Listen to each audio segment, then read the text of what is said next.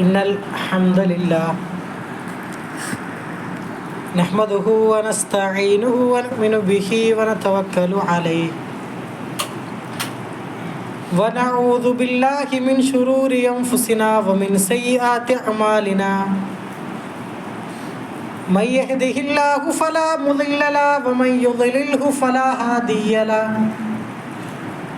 أشهد أن لا إله إلا الله وأشهد أن محمدًا عبده ورسوله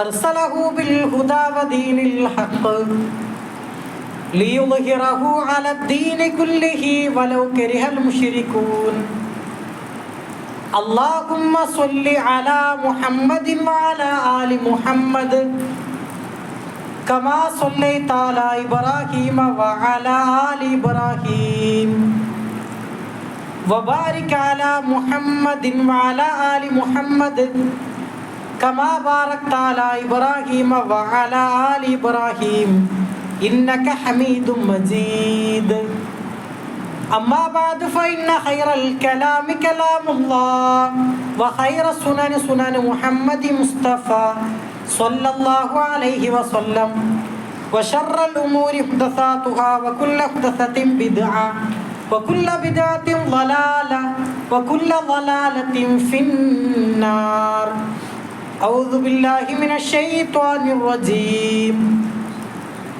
بسم الله الرحمن الرحيم يا أيها الناس اتقوا ربكم الذي خلقكم من نفس واحدة وخلق منها زوجها وبث منهما رجالا كثيرا ونساء واتقوا الله الذي تساءلون به والأرحام إن الله كان عليكم رقيبا بسم الله الرحمن الرحيم يا أيها الذين آمنوا اتقوا الله حق تقاته ولا تموتن إلا وأنتم مسلمون يا أيها الناس أوصيكم وإياي أولا بتقوى الله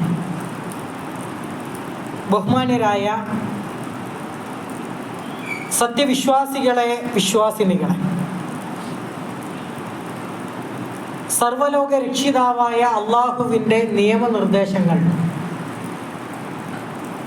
ജീവിതത്തിൻ്റെ എല്ലാ മേഖലകളിലും പാലിക്കണമെന്ന് ആമുഖമായി ഓർമ്മപ്പെടുത്തുകയാണ്, വസിയ്യത്ത് ചെയ്യുകയാണ്.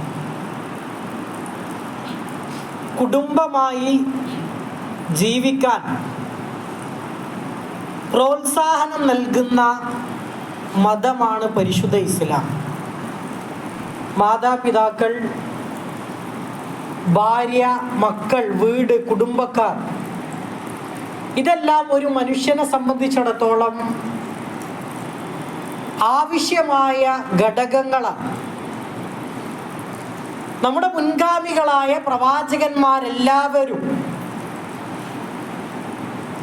കുടുംബപരമായി ജീവിച്ച ആളുകളാണ്.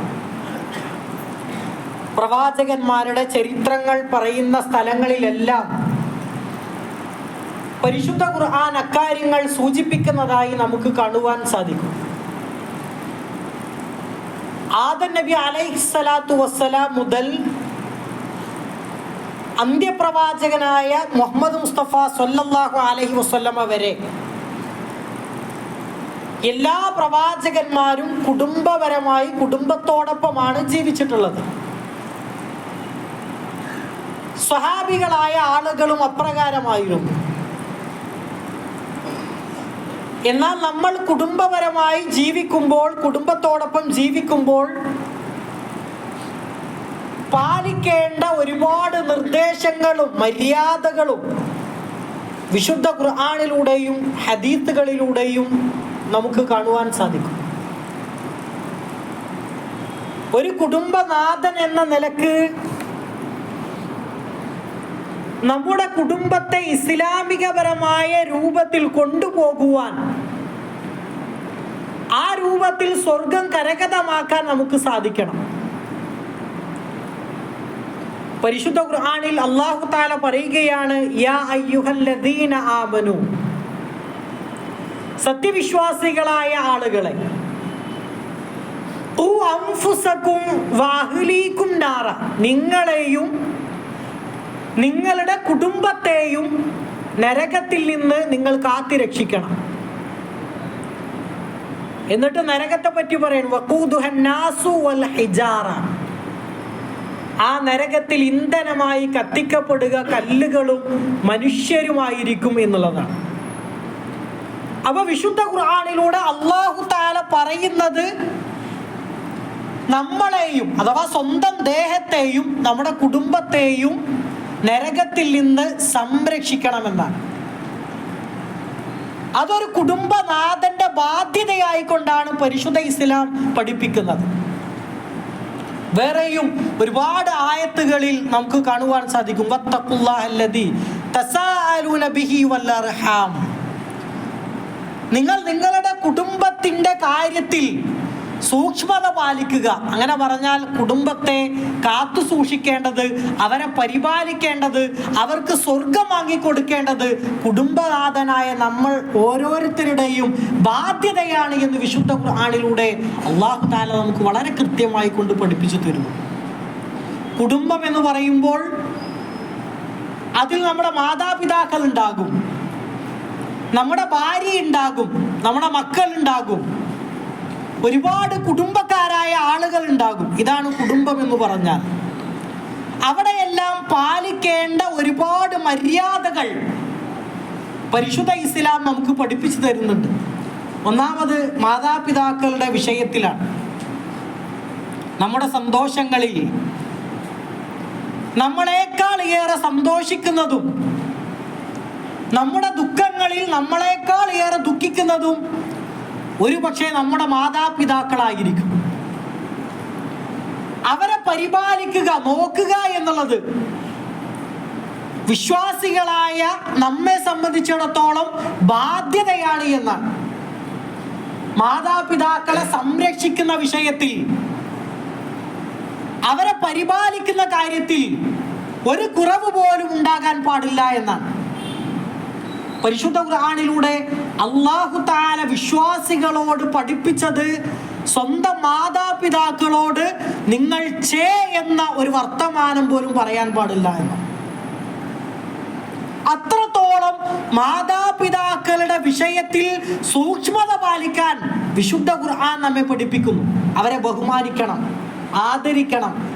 നമ്മുടെ മാതാപിതാക്കളോട് മോശമായി കൊണ്ട് സംസാരിക്കാൻ പാടില്ല. അവരുടെ മരണം വരെ അവരെ പരിപാലിക്കുക എന്നുള്ളത് മക്കളായ നമ്മുടെ മേലുള്ള ബാധ്യതയാണ് എന്നാണ്. എത്രത്തോളം എന്ന് പറഞ്ഞാൽ ഹദീസുകളിൽ നമുക്ക് കാണുവാൻ സാധിക്കും, അള്ളാഹുവിൻ്റെ സന്തോഷം എന്ന് പറഞ്ഞാൽ നമ്മുടെ മാതാപിതാക്കളുടെ സന്തോഷമാണ്. അള്ളാഹുവിൻ്റെ കോപം എന്ന് പറഞ്ഞാൽ നമ്മുടെ മാതാപിതാക്കളുടെ കോപത്തിലാണ് എന്ന്. അങ്ങനെ പറഞ്ഞാൽ മാതാപിതാക്കൾ ഏതെങ്കിലും വിഷയത്തിൽ നമ്മോട് കോപിച്ചാൽ അല്ലാഹു തആല ആ കാര്യത്തിൽ നമ്മോട് കോപിക്കും എന്ന് റസൂലുള്ളാഹി സ്വല്ലല്ലാഹു അലൈഹി വസല്ലം നമ്മെ പഠിപ്പിക്കും. മാതാപിതാക്കളുമായി എന്തെങ്കിലും കാര്യത്തിൽ പിണക്കമുണ്ടായാൽ നമ്മുടെ കർമ്മങ്ങൾ അവരെ പരിഗണിക്കപ്പെടുകയില്ല എന്നാണ് ഹദീസുകളിൽ നമുക്ക് കാണുവാൻ സാധിക്കും.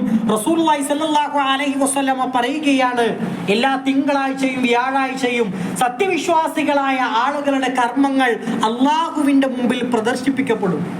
അതിൽ നമ്മുടെ നന്മകൾ ഉണ്ടാകും, അതേപോലെ തന്നെ നമ്മൾ ചെയ്ത തിന്മകൾ ഉണ്ടാകും.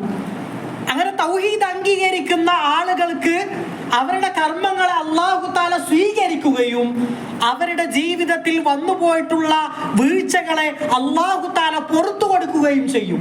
3 വിഭാഗങ്ങൾക്ക് അല്ലാഹു തആല പുറത്തു കൊടുക്കുകയില്ല. ഏതൊക്കെയാണ് ആ 3 വിഭാഗങ്ങൾ? ഒന്ന്, പരസ്പരം തെറ്റി നിൽക്കുന്ന ആളുകളാണ്. രണ്ടാമത്തത് ബിദ്അത്തുകൾ ചെയ്യുന്ന ആളുകൾക്ക്, അവർക്ക് അല്ലാഹു തആല പുറത്തു കൊടുക്കുകയില്ല. മൂന്നാമത്തെ വിഭാഗം മാതാപിതാക്കളെ പ്രയാസപ്പെടുത്തിയവനാണ്. അവരുടെ കർമ്മങ്ങളെ അല്ലാഹു തആല പരിഗണിക്കുകയില്ല, അവർക്ക് പുറത്തു കൊടുക്കുകയില്ല എന്ന് ചരിത്രങ്ങളിൽ നമുക്ക് കാണുവാൻ സാധിക്കും.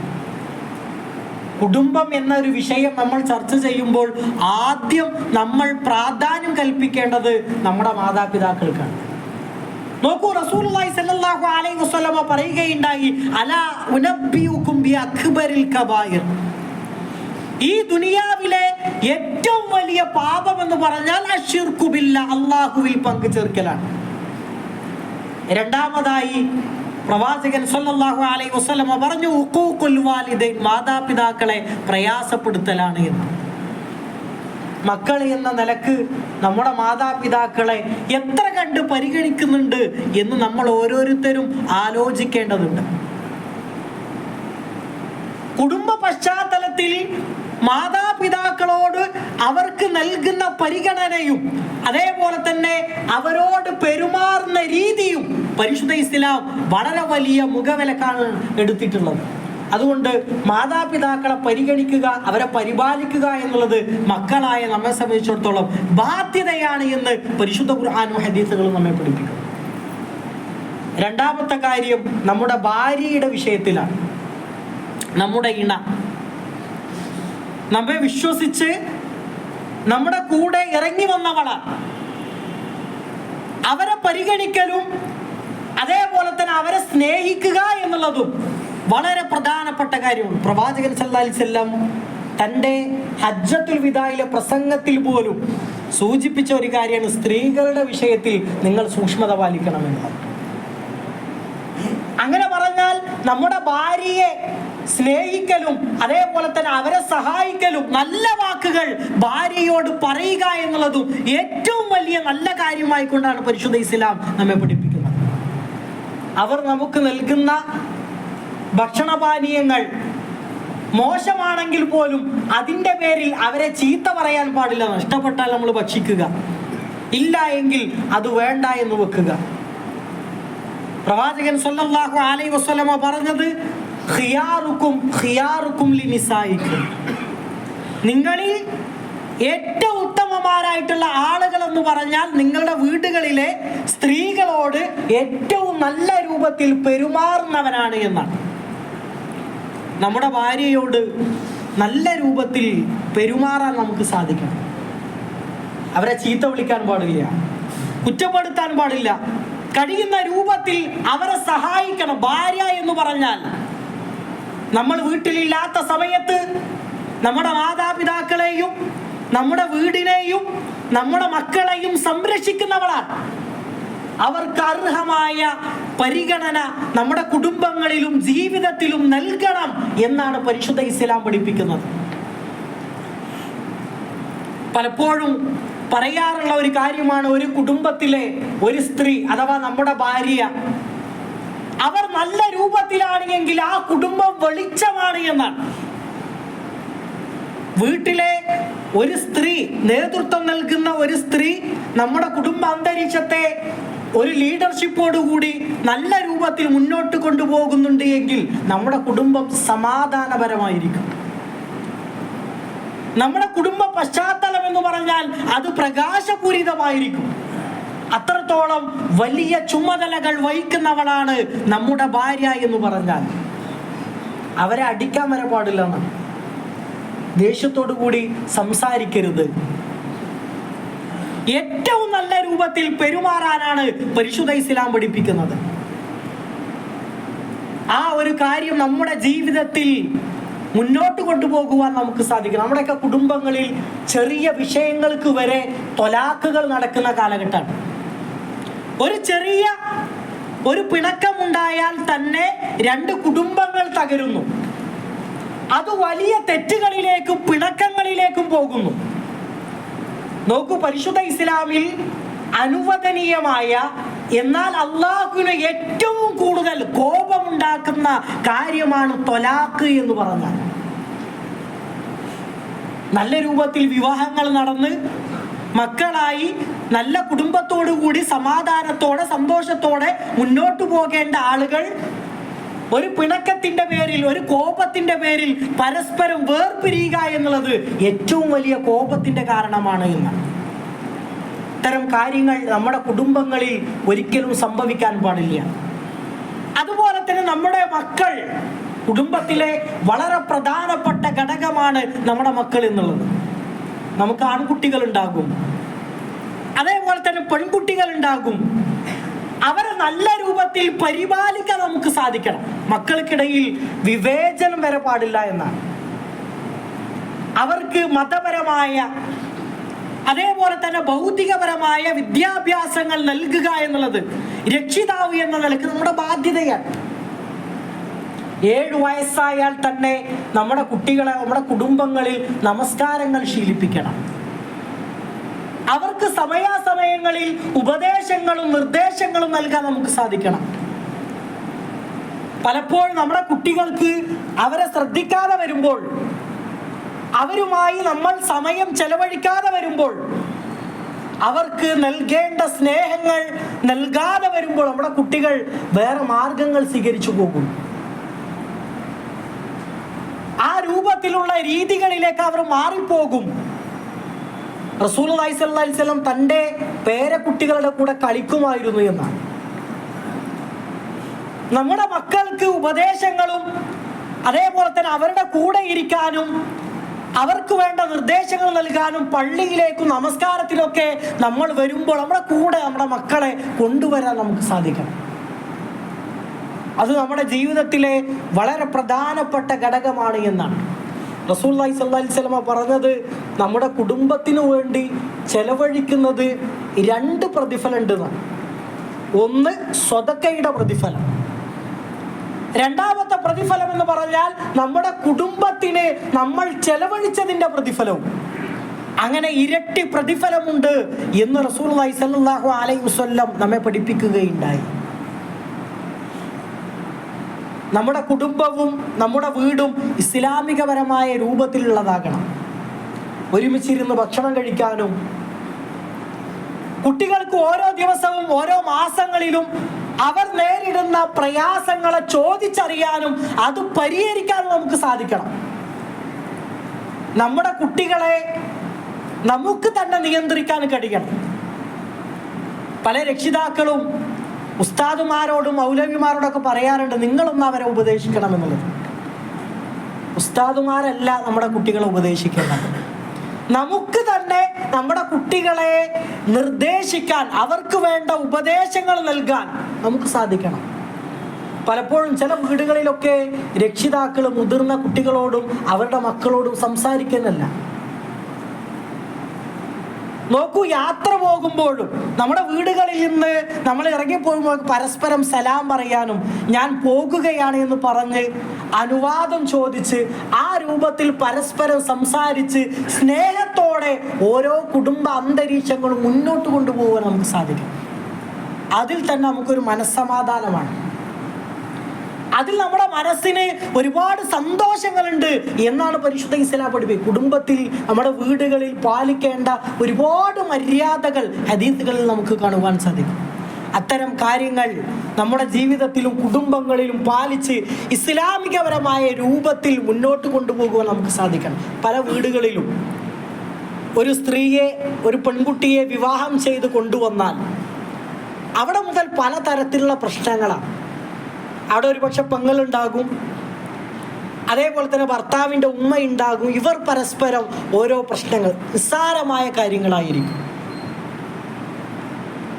ഒരു വീട്ടിലേക്ക് വന്നു കയറുന്ന പെൺകുട്ടിക്ക് തൻ്റെ ഭർത്താവിൻ്റെ മാതാപിതാക്കളെ നല്ല രൂപത്തിൽ പരിപാലിക്കാൻ നമുക്ക് സാധിക്കണം.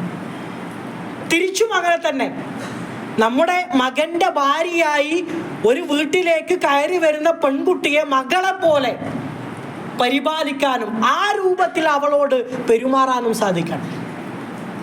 എങ്കിൽ മാത്രമേ കുടുംബം എന്ന ഒരു ചുറ്റുപാട് നമുക്ക് മുന്നോട്ട് കൊണ്ടുപോകാൻ സാധിക്കുകയുള്ളൂ. കുടുംബം എന്ന പദത്തിൻ്റെ അർത്ഥം തന്നെ കൂടുമ്പോൾ ഇമ്പമുള്ളത്, സന്തോഷമുണ്ടാക്കുന്നത് എന്നൊക്കെയാണ് അതിൻ്റെ അർത്ഥം. ആ രൂപത്തിൽ ഇസ്ലാമിക മര്യാദകൾ, വസ്ത്രത്തിൻ്റെ വിഷയത്തിൽ വരെ നമ്മുടെ ഓരോ സംസാരങ്ങളും നമ്മുടെ ഓരോ മര്യാദകളും പെരുമാറുന്നതും ഒക്കെ നമ്മുടെ മക്കൾ നമ്മുടെ കുടുംബത്തിൽ വീക്ഷിക്കുന്നുണ്ട്.